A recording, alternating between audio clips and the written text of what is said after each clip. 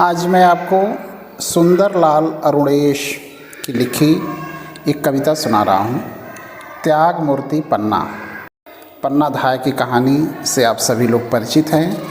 पन्नाधाय धाय माँ होते हुए भी किस तरह अपने बच्चे का बलिदान करती है और राजकुमार की जान बचा लेती है, उदय सिंह की जान बचा लेती है। बहुत ही सुंदर शब्दों में सुंदरलाल अरुणेश ने ये कविता लिखी है। इसमें आप पन्नाधाय के त्याग की कहानी को कविता में महसूस कर पाएंगे। दुनिया के सारे देशों से भारत देश निराला, इसकी गौरव गाथा भरती जीवन में उजियाला। इसकी माटी अतिशय पावन, वीर प्रसू बलिदानी, इसके कण कण में मुखरित है ओज तेज की बानी। त्याग पराक्रम की परिपाटी इसकी बहुत पुरानी, घर घर अंकित देश प्रेम की अति कमनीय कहानी। इसके वीरों ने स्वदेश का जो इतिहास बनाया, उसे देखकर दुश्मन ने भी अपना शीश झुकाया। देने में बलिदान कभी भी इसने कसर न छोड़ी, इसकी महिमा जितनी गाई जाए होगी थोड़ी। इसके पुत्रों ने स्वदेश हित सीखा है मिट जाना, स्वार्थ भाव से ऊपर उठकर त्याग भाव अपनाना। समय समय पर इसने अनगिन पुरुष रत्न उपजाए, काम पड़ा तो वही बहादुर काम देश के आए। पुरुषों में तो देश प्रेम का था ही रंग अनोखा, पर उनसे भी अधिक नारियों का गौरव था चोखा। इसी देश के बीच बसा है प्रांत राजपुताना, राजपूत राजाओं का है ये जाना पहचाना। ये है रेगिस्तानी धरती कहलाती नीरस है, किंतु भरा इसकी बालू में विमल वीरता रस है। राज्य यहाँ मेवाड़ चारु चित्तौड़ राजधानी थी, इसकी गरिमा सभी नरेशों की जानी मानी थी। एक समय था यहाँ वीर विक्रमाजीत का शासन, पर सुस्थापित नहीं कर सके वे अपना अनुशासन। इनकी सारी प्रजा दुखी थी, ये थे अत्याचारी, इनके अनाचार से पीड़ित थे सारे नर नारी। अपने दुष्कर्मों से राजा हुए प्रजा के द्रोही, लक्षण देख नृपति के सेना बन बैठी विद्रोही।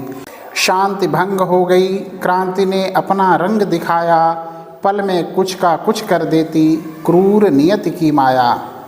एक बार राजा का इतना गर्म हो गया पारा, भरी सभा में एक वृद्ध को नृप ने घूंसा मारा। उनका दुर्व्यवहार किसी को नहीं तनिक भी भाया, राजपूत सरदारों ने तब पद से उन्हें हटाया। पराक्रमी साहसी एक था राजा का सेनानी, उसको सिंहासन देने की सबने मन में ठानी। राजा का प्रिय अनुज उदय था अभी आयु में छोटा, इसीलिए बनवीर बन गया शासक जो था खोटा।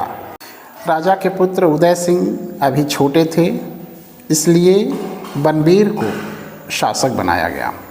अब शासक बनते ही उसके मन में लालच आ गई कि कैसे अपना राज्य अक्षुण्ण रखा जाए। सबने सोचा उदय जब तक बड़ा नहीं हो जाए, बन शासक बनवीर राज का तब तक काम चलाए। पिता उदय के राणा सांगा मुँह को मोड़ गए थे, रानी मरी बाद में वे भी दुनिया छोड़ गए थे। माता पिता विहीन उदय का पन्ना पालन करती, रक्षा का दायित्व संभाले गृह संचालन करती। वह थी दाई किंतु उदय को उसने निज सुत जाना, अपने सुत चंदन से बढ़कर उसने उसको माना। दोनों बालक समवयस्क थे साथ खेलते खाते, साथ साथ दोनों पन्ना की गोदी में सो जाते। उदय के ही समकक्ष पन्ना का भी एक पुत्र था चंदन। दोनों साथ साथ खेलते साथ खाते और माँ की गोदी में सो जाते थे। कभी कभी बनवीर हृदय को लग जाता था झटका। उदय के रहते बनवीर का राज निष्कंटक नहीं था, इसलिए वह चिंता किया करता था। कभी कभी बनवीर हृदय को लग जाता था झटका, उदय सिंह ही राजा होगा उसे यही था खटका। उसने सोचा अगर उदय को मैं यमपुर पहुंचा दूं, साथ साथ विक्रमाजीत का नाम निशान मिटा दूं, तो सदैव के लिए बने फिर यह मेवाड़ हमारा, राजा बन सुख भोग भोग कर काटूं जीवन सारा। यह विचार कर दीपदान का उसने पर्व मनाया, प्रजाजनों के बहकाने को नाच रंग करवाया। नाच देखने गए हुए थे सारे नगर निवासी, लगी हुई थी भीड़ नगर के बाहर अच्छी खासी। अवसर पा बनवीर दुष्ट ने निज तलवार उठाई, वही काम करने को जिसकी थी योजना बनाई। पहले वह विक्रमाजीत के शयन कक्ष में आया, राजा को निद्रा देवी के वश में उसने पाया। उधर पूरी प्रजा दीपदान उत्सव में व्यस्त थी।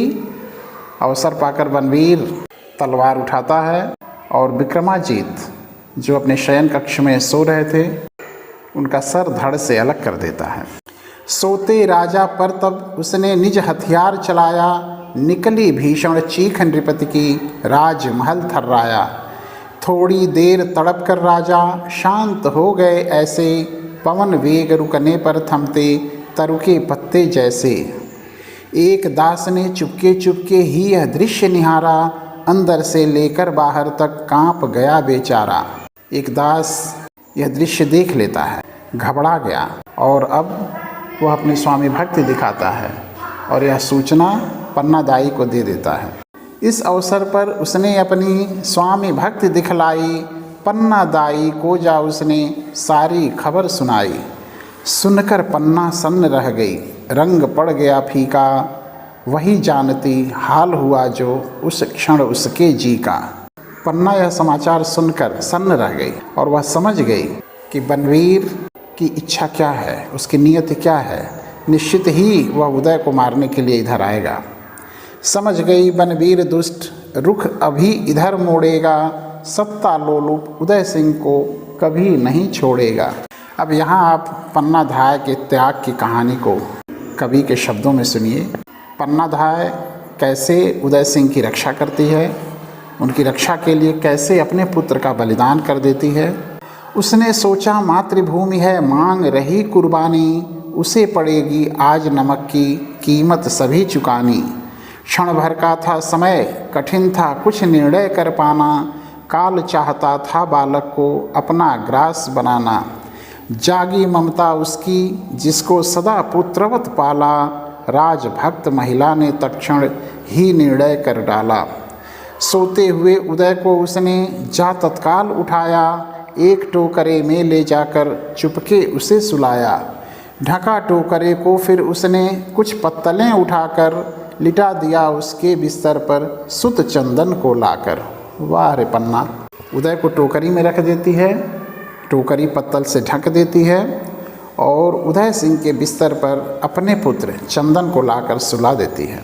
लगी न पल भर देर धाय ने यह सब कुछ कर डाला, और ऐसा करने में उसने पल भर की भी देरी नहीं की। लगी न पल भर देर धाय ने यह सब कुछ कर डाला, आंसू थे आँखों में मन में धधक रही थी ज्वाला। इसी समय बनवीर आ गया कर में लिए दुधारा, उदय कहाँ है सुन पन्ना का हृदय हिल गया सारा। शब्द न निकले मौन रह गई उस क्षण पन्ना दाई, सुत चंदन की ओर धाय ने निज तर्जनी उठाई। बनवीर ने जब डांट कर पूछा कि उदय कहाँ है, पन्ना सन्न रह गई और उसने एक शब्द कहे बिना भी अपने पुत्र की तरफ अपनी अंगुली से इशारा कर देती है कि यहाँ सो रहा है। चमक उठी तलवार खून की जो थी बेहद प्यासी, राजमहल के अंदर छाई अतिशय अशुभ उदासी। पन्ना ने उस समय कलेजे को पाषाण बनाया, हाहाकार उठा जो मन में बरबस उसे दबाया। इस दृश्य की कल्पना करिए, अपने आँखों के सामने अपने पुत्र को तलवार के नीचे रख देती है, उसका सर धड़ से अलग होते हुए देखती है। आंसू आए उनको उसने आँखों में ही रोका, तब तक चला गया आंधी का आया था जो झोंका। स्वामी भक्त सेवक को उसने चुपके वहाँ बुलाया, आगे क्या करना है उसको भली भांति समझाया।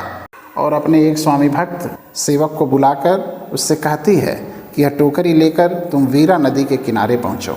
कहा टोकरा ले तुम पहुँचो वीरा नदी किनारे, जब तक आऊँ नहीं उदय के तुम ही एक सहारे। पन्ना का आदेश दास ने सिर आँखों पर धारा, स्वामी की रक्षा को उसने परम धर्म स्वीकारा। इधर धाय ने सुत चंदन की फौरन लाश उठाई। हाय रे पन्ना अपने पुत्र चंदन की लाश उठाती है। इधर धाय ने सुत चंदन की फौरन लाश उठाई, उधर बढ़ी जिस ओर गई थी सेवक की परछाई।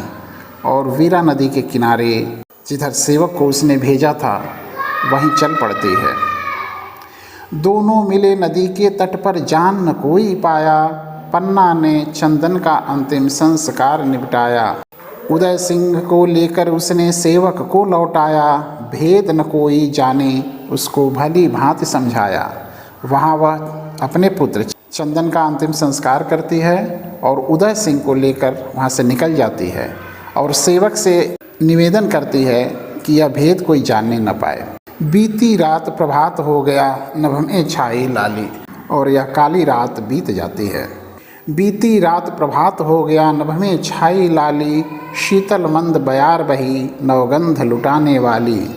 उद्यानों में रंग बिरंगे फूल लगे मुस्काने, उनके ऊपर गुनगुन करके मधुप लगे मंडराने। पक्षी गण पेड़ों के ऊपर कलरव लगे मचाने, सुखद जागरण की बेला में मधुर प्रभाती गाने। जागे जब चित्तौड़ निवासी हतप्रभ हुए बिचारे, समाचार दुर्घटना का सुन विकल हो गए सारे। आँखों से आंसू झरते थे, मन में थे अंगारे, लेकिन थे निरुपाय सभी विधि, होनी से थे हारे। इधर उदय को लेकर पन्ना कमल मेर को आई, आशा शाह मिले तो उसने घटना सभी सुनाई। शरण चाहती हूँ चरणों में, रोकर पन्ना बोली, मेरे लिए उदय ही चंदन, होनी थी सो होली।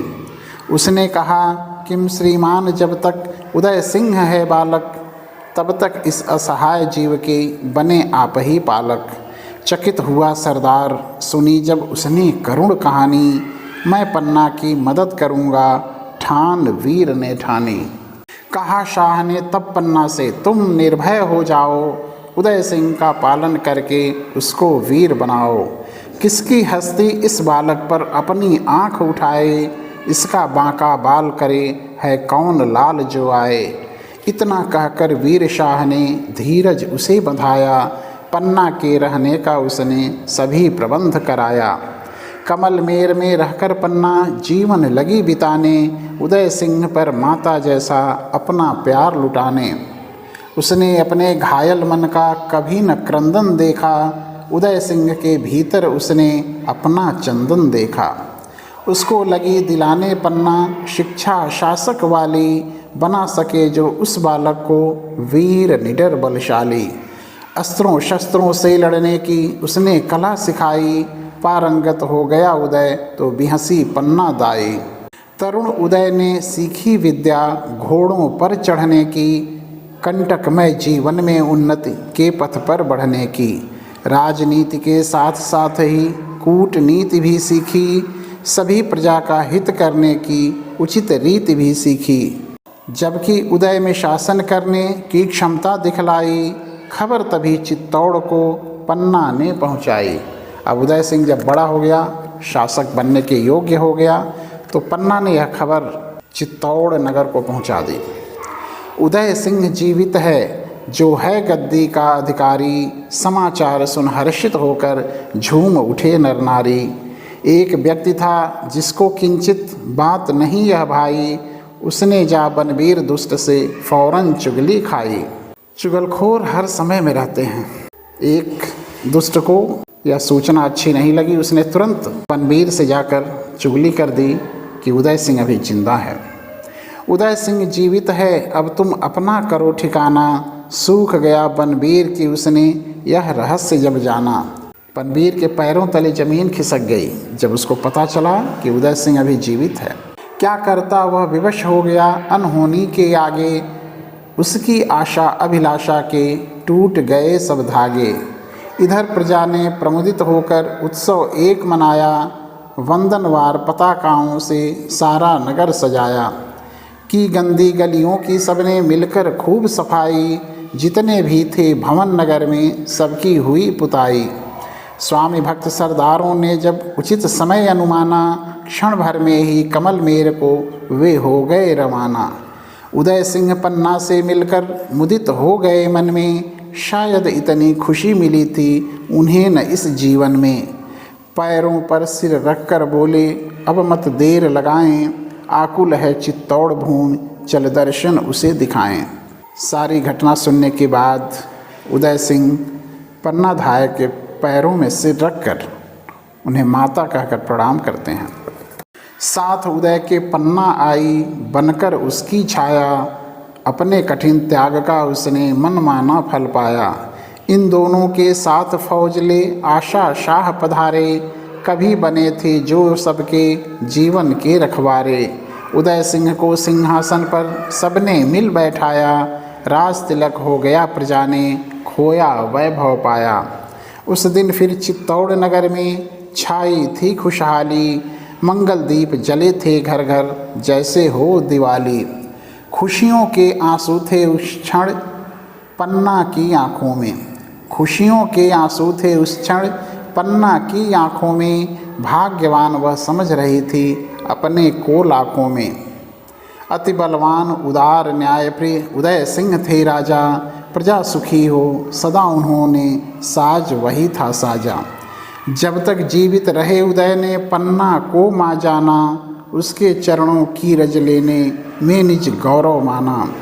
और उदय सिंह जब तक जीवित रहे उन्होंने पन्ना को माँ का दर्जा दिया। पन्ना केवल धाय नहीं, वह वीर धीर थी नारी, त्याग और तप की प्रतिमा थी, साहस की चिंगारी। धन्य धन्य वह धरती जिसने पन्ना को अपनाया, धन्य धन्य वह कलम कि जिसने पन्ना का गुण गाया।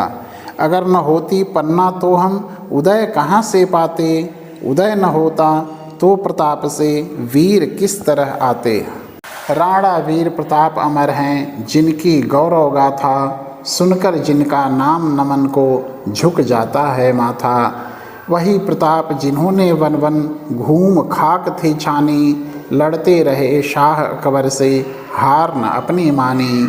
राणा के प्रति सबके मन में जो अनुराग भरा है, उसके पीछे पन्ना का ही पावन त्याग भरा है। सूर्य चाँद जब तक चमकेंगे नीले नभमंडल में, पन्ना का यशगान रहेगा तब तक जगती तल में।